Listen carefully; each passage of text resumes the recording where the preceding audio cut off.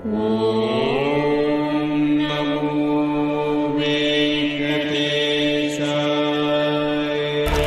వాణి వినగానే పురాణాలు క్లిష్టమైన గ్రంథాలు కాదు, మన జీవితానికి మార్గం చూపే సత్యాలు.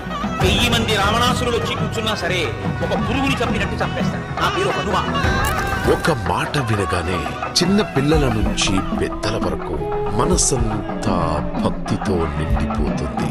మనసులో భక్తి ఉంటే జీవితంలో శాంతి ఉంటుంది అని చెబుతూ ఇలాంటి ఆధ్యాత్మిక జ్ఞానాన్ని లక్షలాది మంది హృదయాలకు అందిస్తున్న ఆ మహోన్నత గురువు మన బ్రహ్మశ్రీ చాగంటి కోటేశ్వరరావు గారు.